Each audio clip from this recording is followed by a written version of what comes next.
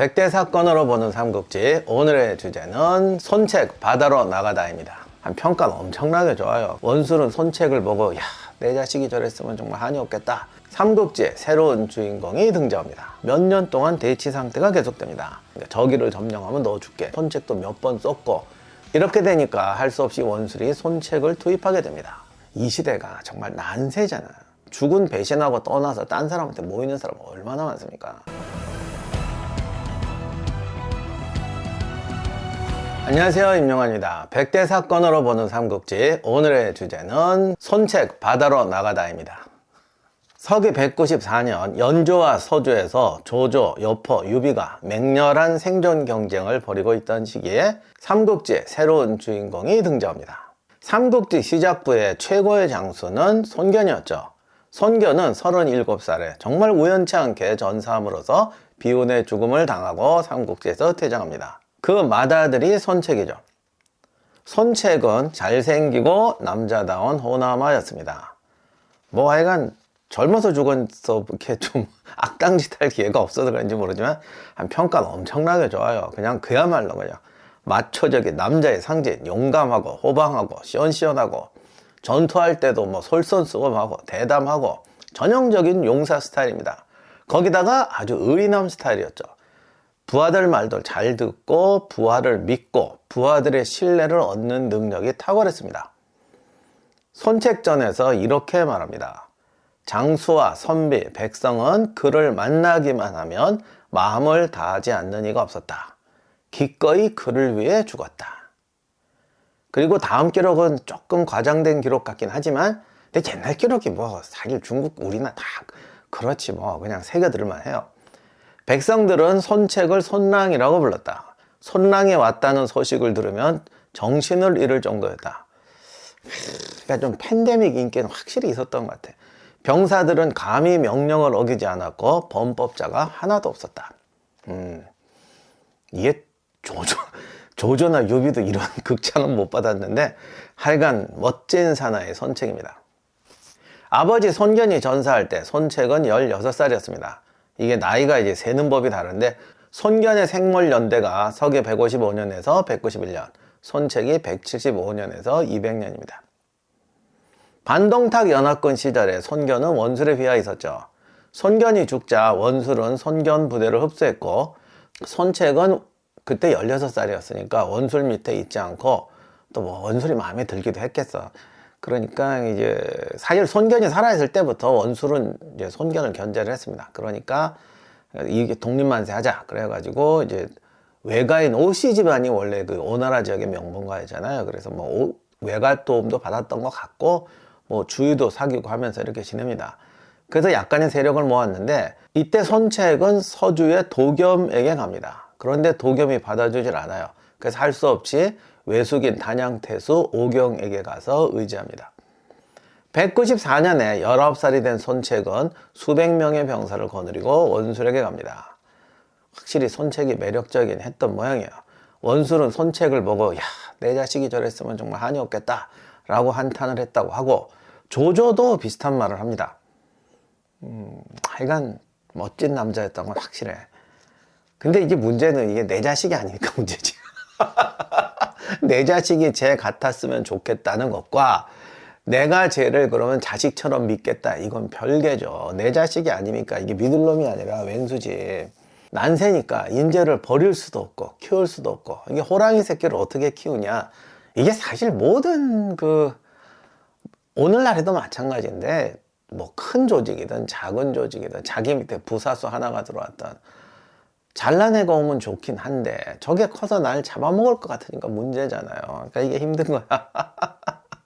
좌우간 원술은 이제 골치 아팠어요. 이게 진짜 호랑이 새끼거든. 심지어 원술의 휘하 장수들도 젊은 손책을 존경했다고 했어요. 그러니 이거 뭐 어떡하냐고. 도저히 그건 도와줄 수가 아니 키워줄 수가 없는 거야. 근데 문제는 이때 원술이 급하다는 거예요.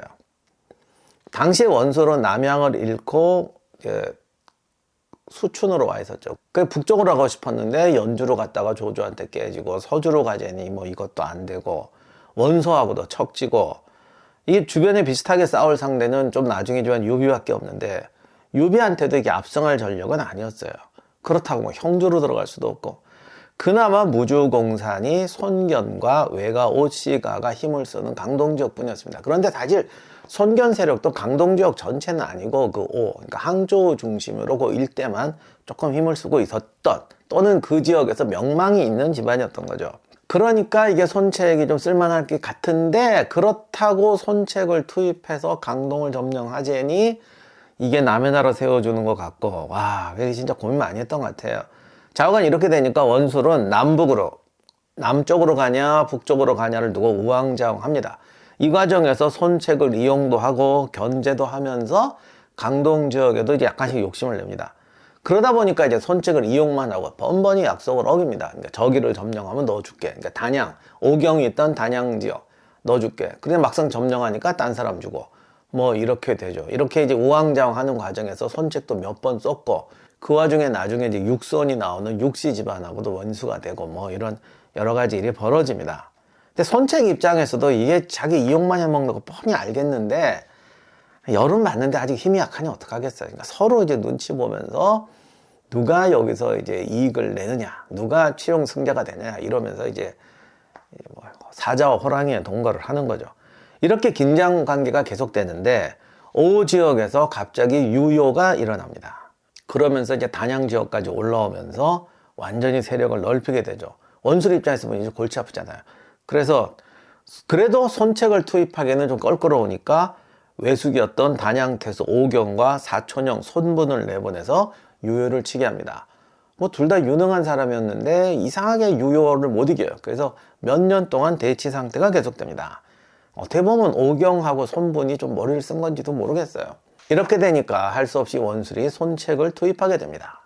손책은 겨우 병사 1,000명, 자기 부하들을 데리고 출발합니다. 아버지의 옛 부하였던 정복, 황계 등도 따라갑니다. 소설에서는 이제 손책이 옥새를 맡기고 원술에게 병사를 빌리는 것으로 되어 있는데, 옥새는 이미 원술이 가지고 있었고, 진짜 조건은 원술의 도움을 받지 않고 내 병력만 가지고 가겠다, 가서 오경과 손분을 도와주겠다, 이런 식으로 이제 꼬셨던 것 같아요. 그런데 막상 손책이 출동하니까 바로 사람들이 모여듭니다. 이때 인재가 모여든다면 그냥 혼자 오는 게 아니라 데리고 오는 거죠. 주유도 합세하고 역양에 도착하니까 병력이 5천에서 6천으로 불어났습니다. 여기는 이제 손책의 인망도 중요하지만 군대는 양보다 질입니다. 그냥 뭐 명망에서 구름대처럼 모여든다, 이거 갖고 군대 안 돼요. 이게 속된 말로 군대는 안 되고 매겨야 될 백성만 늘어난다, 입만 늘어나는 거지. 이 질에서 또 중요한 게 조직력입니다. 아까 정번와 황계 얘기를 했는데, 손견의 아버지의 부하들, 이들이 기관 조직이잖아요. 이들을 가지고 있었다는 게 정말 엄청난 장점이었죠. 정번와 황계는 자기만 오냐고 자기 밑에 대대장, 소대장 다 있을 거 아니야.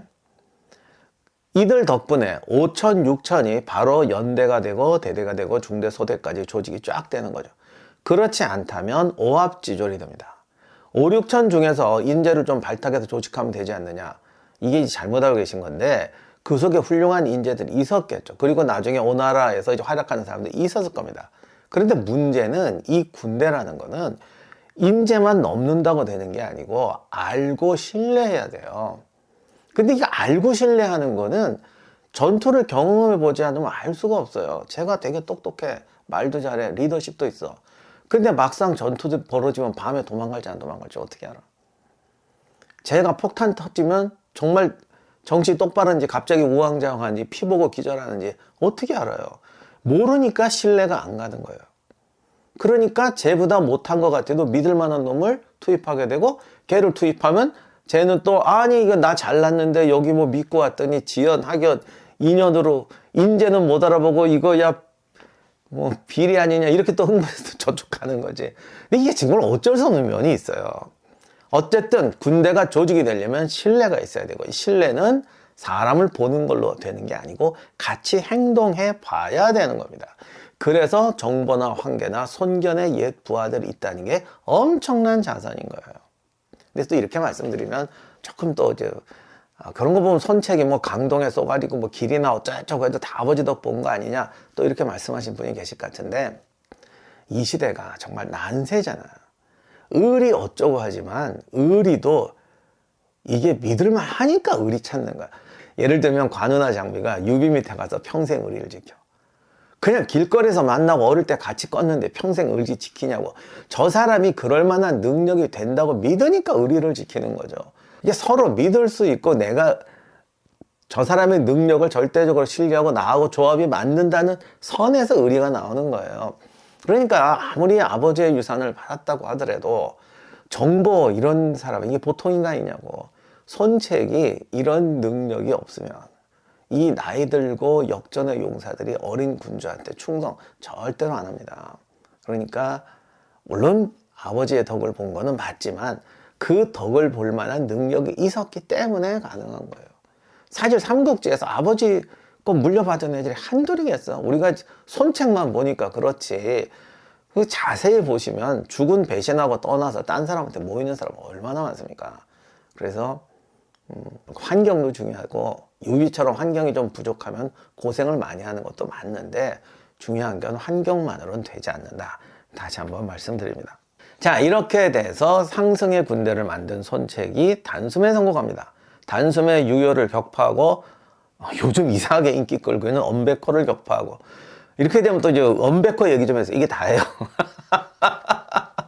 지금의 절강성 지역으로 들어가서 회계, 동야, 여릉, 단양을 점령합니다. 그러자 서주에서 피난 온 장소 등이 손책 휘하로 와서 문체를 담당하게 됩니다. 그러니까 손견의 옛 부하들이 땅을 넓히는 데 도움을 줬고 땅을 넓히니까 서주에서 온 인재들이 이 땅을 통치하고 손책이 하나 업그레이드 되는 기반이 되어줍니다. 이렇게 해서 손책은 단숨에 강동의 지배자가 됩니다.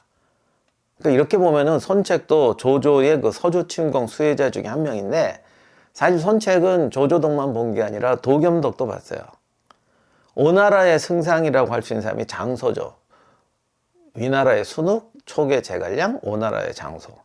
이 장소는 오리지널 서주인입니다. 그 서주 군 옆에 있던 팽성 출신이에요. 이미 전국적인 명성도 있던 사람인데 도겸이 이상하게 장소를 배척합니다. 그러니까 도겸은 손책 배척하고 장소 배척하고. 이거 보면은 도겸이 왜 무명인 유비를 등용해가지고 소패를 주고 했는가가 이제 드러나는데 이 사람이 사람을 볼 줄 모르는 게 아니고 사실은 사람을 너무 잘 본 거지. 그리고 자기 자신도 너무 잘하는 거지. 손책이나 장소나 도저히 내가 감당할 인물이 아니다. 이렇게 되는 거예요. 그럼 원수는 왜냐? 원수는 주제넘게 황제를 꿈꾸니까 손책 같은 게 필요한 것 같고 도겸은 그냥 서주에 만족하니까 얘들은 내가 못 때리고 있어. 이렇게 되는 거예요. 그럼 유비는 왜 뽑았니? 이게 이제 도겸의 한계인데 유비는 스펙이 별 볼일 없으니까 방심한 거죠. 이게 조조와 조조 밑에 있던 순욱이나 정욱 같은 사람과 도겸의 차이입니다. 소설에서는 손책이 강동을 점령하니까 원술에게 편지를 보내서 맡겨둔 옥새를 돌려달라고 합니다. 그러니까 원술이 이제 분노해서 서로 손절하는 것으로 되어 있는데 실제로는 그냥 손책이 손절합니다. 손책전에서는 손책의 명분을 살려줘야 되잖아요. 이게 배신한 걸 하면 안 되니까. 그래서 이제 그때 원술이 뭐 황제를 칭하고 막 이렇게 황제를 칭한다는 건 반역이라는 소리잖아요. 이렇게 참남한 짓을 하니까 이제 글을 보내서 꾸짖고 의절했다 이렇게 돼 있습니다. 그러니까 내가 이거는 이제 의절할 명분이 되고 배신이 아닌 거죠. 왜냐하면 위에 있는 황제를 한테 충성하는 게 기본이니까 이렇게 되면 이제 정의의 행동이지 배신이 아니죠. 자, 그러면 이제 문제가 이제 원술인데 원술은 이제 바보냐, 손책이 나가서 독립할 줄 몰랐냐 이렇게 되는데 아까도 말씀드렸지만 원술이 손책을 몰라본 게 아니에요. 그러니까 계속 붙잡아 두고 기회를 안 주고 이용해 먹으려고만 했던 건데 문제는 이렇게 단숨에 성공할 줄은 몰랐던 것 같아요. 병력도 겨우 1000명 내보냈지. 뭐 오경하고 손분이 몇 년째 대치 상태지. 그러니까 손책이 가도 당장 어떻게 하겠냐. 그냥 가서 저거 좀 견제하는 동안에 내가 힘을 키우고 다시 불러오면 되지 이렇게 생각했던 것 같은데 손책이 그동안 몇 번 당했거든. 그러니까 더더욱이 아주 속전속결로 나가서 단숨에 자기 영역을 확보해버리는 거죠. 결과적으로 원술이 멍청했던 건 맞는데 이제 멍청하다는 것도 항상 이제 상대적이고 상황적입니다. 제가 이게 삼국지 인물 평가하다 보면 쟤 멍청합니다 그러면 아니 쟤도 옛날에 똑똑했는데 왜 그러세요? 이렇게 말씀하신 분도 계신데 능력이라는 건 기본적으로 지위, 위치, 자기가 하고자 하는 일하고 맞아야 되는 거죠. 예를 들면 A라는 일은 되게 잘해. 근데 B라는 일은 도저히 저 사람 적성이 아니야. 그럼 A를 할 때는 어이 똑똑해 훌륭해. B 할 때는 멍청해. 이렇게 되는 겁니다. 원술이 교위나 태수로 있을 때는 똑똑했다고 하더라도 지금 대권을 꿈꾸잖아. 근데 대권을 꿈꾸는 데는 결격 사유가 많아요. 그래서 대권을 꿈꾸면서 손책의 잠재력 또는 이용 방법을 놓쳤다면 그게 멍청한 거죠. 원술 이야기는 나중에 따로 하도록 하겠습니다. 원술에게서 독립하고 자기 영역을 확보한 손책은 독자 행보를 시작합니다. 이제는 강동 전체를 평정하는 대권을 향한 길을 시작하는 거죠. 이 삼국지의 이 팩트는 저희가 생각하는 것과 많이 다릅니다. 과연 어떤 것이 다른가? 바로 이 책 속에 있어이다. 삼국지 아저씨 우리 임영환 박사님께서 드디어 전략 삼국지를 쓰셨습니다. 제목부터가 멋있습니다. 전략 삼국지. 근데 이제 혹시 이제 아픈 거 싫어하시는 분들은 조심하셔야 됩니다. 제가 딱 첫 번째 1부의 시작이 정사 삼국지와 소설 삼국지입니다. 예, 여기 팩트 폭행 맞기 싫으신 분들은 조심하는 게 좋을 것 같은데 제가 얘기한 이 부분도 약간 소설이죠? 예. 요거 어떤 책인지 간단하게 말씀해 주신다면. 그러니까 사실 삼국지가 소설로 유명한 바람에 네. 그 진짜 정사에게는 많이 빠졌는데 네. 사실은 삼국지, 정사 삼국지 자체가 굉장히 교훈이 많은 책이고 다이나믹한 책이에요. 네. 그러니까 소설 삼국지도 명나라 때 나온 게 아니라 삼국시대 끝나자마자 수많은 이야기가 만들어진 거를 네. 여기다 편집한 거거든요. 그렇죠. 그래서 삼국지 자체가 역사 자체가 되게 흥미로운 책인데 네. 이게 소설로 넘어가니까 정말 재미난 역사 얘기가 다 죽고 수많은 교훈이 죽었어요. 그 다음에 이제 전투 장면은 사실 삼국지 소설의 전투 장면은 맨날 매복, 네. 화공, 모종강이 그랬더라고. 네. 이 수많은 전투 장면을 봐라. 똑같은 게 하나도 없다. 맞는 말이지. 그냥 다 뻥이란 말이야. 하지만 그 뻥 속에서 감동을 찾아낸 우리 아니겠습니까? 감동은 있는데 진실은 교훈은 없어. 진짜 솔직한 얘기로. 네. 그래서 진짜 전투의 교훈은 따로 있어요. 아. 그런데 굉장히 다이나믹하고 훌륭한 전투도 많고 네. 굉장히 역동적인 삶이잖아요. 네. 그래서 정사 속에 있는 교훈들을 뽑아왔습니다. 네. 이런 말이 있습니다. 삼국지를 읽지 않은 사람과는 친구가 되지 마라. 그런데 삼국지를 3번 이상 읽은 사람과는 절대 싸우지 마라. 그게 무슨 뜻이겠습니까? 인생을 살아가는 참 많은 표본이 돼주고 교훈이 돼준다라는 말 아니겠습니까? 그 교훈을 모아서 우리 삼국지에 대한 이야기 전략 삼국지 쓰셨으니까요. 이거 많이들 좀 사랑해 주셨으면 좋겠습니다.